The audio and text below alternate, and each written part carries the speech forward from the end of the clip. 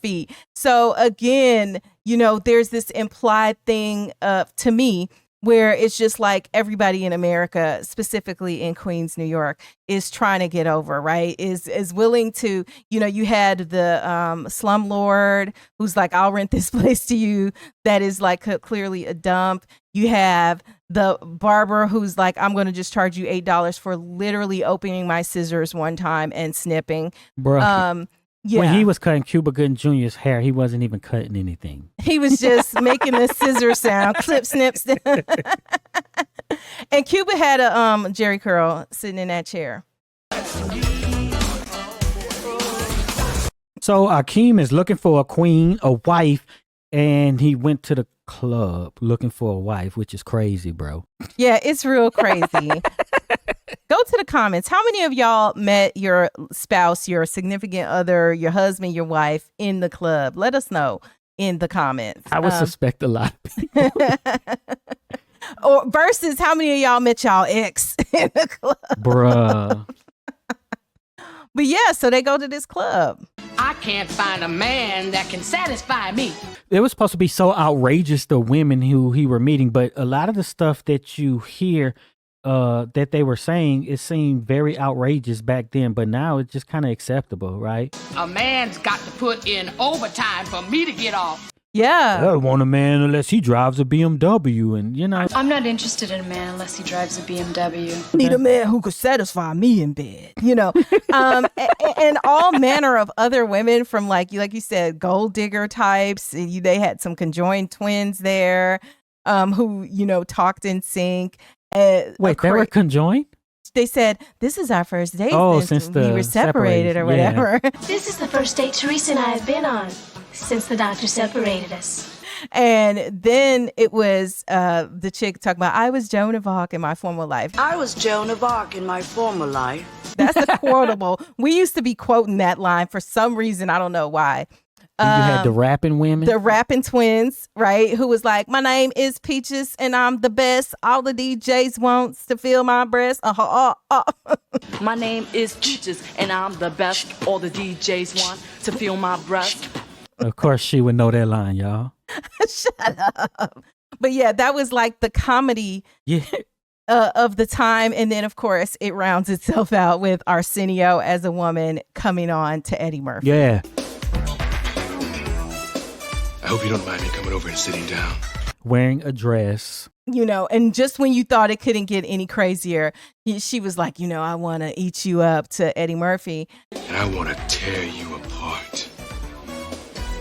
And then was like, and your friend too, and that just, he spit his drink out and everything. And your friend too.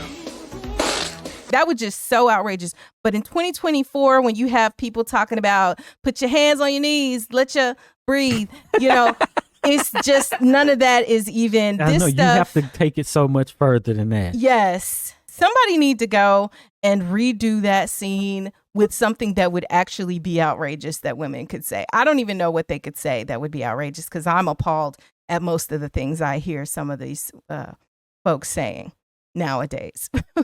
Every woman in New York has a severe emotional problem.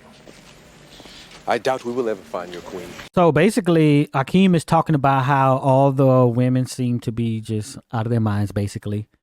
And they don't know where to go to find women, but they see Mr. Clarence from the barbershop and ask him where to go. Sir, where can one go to find nice women here? Oh, you got to get out and look. They ain't gonna just fall in your lap. And then he just starts spitting. It's like, let him cook. It's like, you don't go to no bar since you'd have been to every bar to find a nice woman. We have been to every bar in Queens. Well, that's where you messed up, son. You can't go to no bar to find a nice woman. You got to go to nice places. You got to go to certain types of places, which, a lot of people, you wouldn't even need all these so-called whatever podcasts nowadays if they just played that clip one time. I'm telling you, he told them, go to the library, go to the church. That place like a library. It's a good woman there. And at church, it's good girls. And he's like, oh, well, I'm finna go to the Black Awareness Rally. This place here, where I'm going tonight, the Black Awareness Rally, it's going to be some fine women there. It's going to be some fine women there. Some good, clean girls. Good, clean girls. That's where I'm going, shit. It's funny, though, because all those places have been infiltrated, too. Mm-hmm. Shoot, some of the most scandalous stuff is happening up in the exactly, church. and they actually do show that in this movie. Yes. Do not forget, it is the Black Awareness Rally or whatever. It's a Black Awareness event. And the shenanigans are just going to ensue. When I look at these contestants for the Miss Black Awareness pageant, I feel good. So when we get to the Black Awareness pageant, we have the pastor up there, Reverend Brown, and he is just going off. I feel good because I know there's a God somewhere. Yes. And of course, this is Arsenio playing this reverend, and he was hilarious. Yeah, he's just basically talking about the women and how they prove that there's a God and stuff. And he's like, turn around. He did the Give Me a 360 back then. Mm-hmm. Turn around, ladies, for me, please. You know there's a God. But then he called God to Hugh Hefner on high. Only God above, the Hugh Hefner on high, can make it for you. He said Larry Flint can't make it. Hugh Hefner can't make it. He was Larry Flint, Hugh Hefner, they can take the picture, but they can't make it. like, only the Hugh Hefner on high. I mean, this was just some amazing comedic dialogue. Man cannot make it like this. Because at the same time, the reason it's so funny is because he's also kind of joking and making fun of Black church culture of the time and the culture shock and difference that Simi and Akeem are feeling because they're not used to the call and response, Right. nature of the Black church in America. Cherie was just talking about this the other day, talking about no matter where we are, it doesn't even just have to be church, that Black people just gonna yell out. Yeah. Gonna yell back at the speaker and stuff. Time, but go ahead, take your time. Let them know.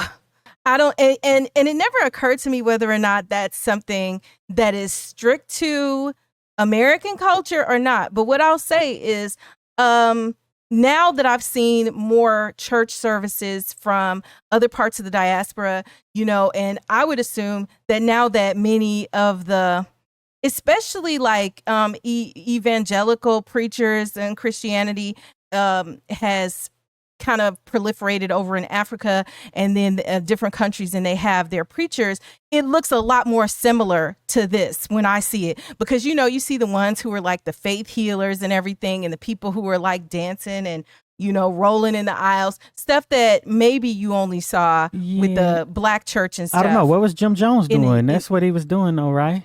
I guess he knew his audience. But he came from America. Oh, okay, yeah. They just moved went to Guyana, South, but yeah. he came from America, and he was part of that tradition. And then also, I believe... But he was white. He was white, but he was Pentecostal. And so that part, white Pentecostal people, what they're doing in church might look real similar to some of the stuff that Black Pentecostal people were doing at that time, too. The people who, for lack of a better term, drunk the Kool-Aid, where were they from? America. All of them? I thought they were from South America. They went there with him. He moved them all. They sold their stuff. They gave their stuff to the cult, and they moved all together. And they moved there. So these were many of them Americans, and I mean, most of them American. Maybe some people from the area like joined up or whatever. Yeah. But most of those were Americans who just decided we want to go over here. Jim Jones, of course, wanted to go over there so he could be getting his cult on full flex without as much interruption to isolate his members. But yeah, so I just think it's interesting how when the world kind of got smaller through social media, through the internet, through being able to see what's happening all around the world and how other people live, then many of the things and cultural things you see are now not simply regional. Yeah, I don't know if it's really in multiple directions, right? Because I think a lot of the media that came out before was coming from America. Yeah. Right. So the other cultures were affected more by American culture than those affected American. I still think it's kind of that way now. I agree with that. Even though we are getting some of it now, especially when we look at the diaspora and just Black, right? Like Afro beats and I'm a piano and that sort of music stuff, and we're able to watch Nollywood. But we have to kind of seek it out a little bit more, like than they would. They not see... exactly, because the the so-called tastemakers bring it to us here, right? So when you get Diddy working with Burna Boy, he is bringing it to us. Yeah, but I don't mean just musically. I'm talking about across the board. If you want news from anywhere else, if you want to know more about the culture, if I want to see, even on YouTube, if I want to see videos that are made by Black people in other parts of the world that are not American Blacks, you kind of have to stumble on that section of YouTube. Yeah, but if I go on Netflix, then I could watch who knows how many movies, Nollywood movies. That's and true. Shows, right, that they're bringing. That's true. And that's people really from the diaspora recently. In the UK. Yeah, that's what I'm saying. But I'm saying, like, when it was going out, I don't think U.S. news was playing in the rest of the world, right? It was news about America and those in other nations were playing, which affects their culture, right? Or when I just go to the movies, I just watch this because these are the movies that's out, and it's America, it's Hollywood, right? So we can get that if we just on Netflix, just clicking around and bam, we got our African movies. And then there's this question of whether or not movies are really reflective of the culture. That's a whole different discussion. Well, with some of the people in the comments, since we're sort of guessing, with some of the people in the comments from other parts of the diaspora, if you are from, any African countries, or even, I would even say Caribbean or anywhere else in the world, let us know, like, what you saw over time that was American influence versus maybe if you're in the United States now, what you see of your culture in the United States. And I use music because that travels a lot. That created like Afro beats, right? It didn't create it, but that's a part of that lineage to even get to Afro beats, to even come back here. And, a lot of those artists, that just tour around the world, they're bringing whatever we bring when we go places. True. I'd like to give a big round of applause to my band, Sexual Chocolate.